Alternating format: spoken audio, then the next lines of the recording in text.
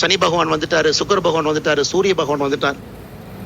கொடும் கூற்று என் செய்யும், நாள் என் செய்யும், வினைதான் என் செய்யும், என்னை நாடி வந்த கோல் என் செய்யும், கொடும் கூற்று என் செய்யும்.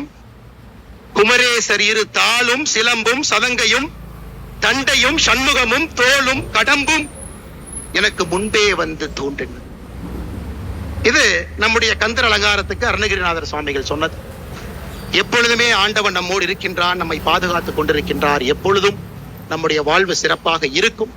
அதனாலதான் பாருங்க, மழை வந்த மழை கூட நின்று இருக்கிறது. ஏன்னா பவன் கல்யாணம் அவங்க பேசி கந்தர் சஷ்டி கவசம் முழுவதுமாக முடிந்து அதன் பிறகு தீபாராத்தனை சாமிக்கு காட்டி நமக்கு காட்டும் வரை மழை வரப்போவது கிடையாது.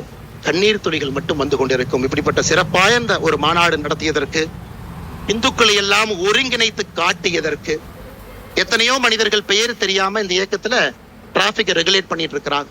முன்னாடி இல்லாம ரோட்ல அவ்வளவு பேர் நிக்கிறாங்க. அத்தனை இந்த பேர் இயக்கத்தினுடைய தொண்டர்கள் நின்று கொண்டிருக்கின்றார்கள்.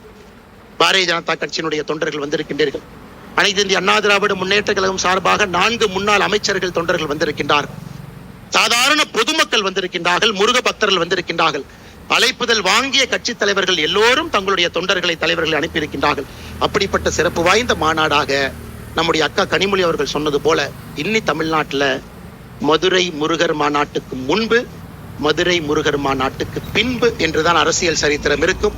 அதை நடத்தி காட்டியதற்காக என்னுடைய மனமார்ந்த வாழ்த்துக்களையும் நன்றிகளையும் தெரிவித்துக் கொள்கின்றேன். நன்றி, வணக்கம். பாரத் மாதா கி ஜெய்.